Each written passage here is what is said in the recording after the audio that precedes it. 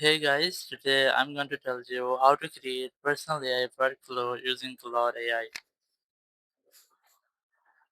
If you're using Claude AI and you want to create a personal AI workflow, so let's see how can you do that.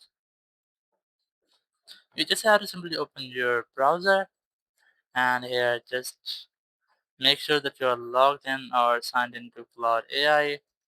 Now once you are at this start screen, the very first thing you have to do, you just have to select the role for your Claude AI, like you're my productivity assistant, you're my financial advisor, or something like that.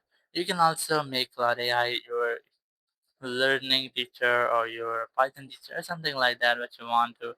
So after that, you have to enter the instructions or to-do list for your Claude AI, and after that, it will be ready to use. Now let me explain with a simple example here. So here I'm going to enter my example. So the very first you can see I have provided role, you are my productivity assistant.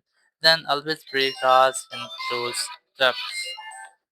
So it is the role and the output side.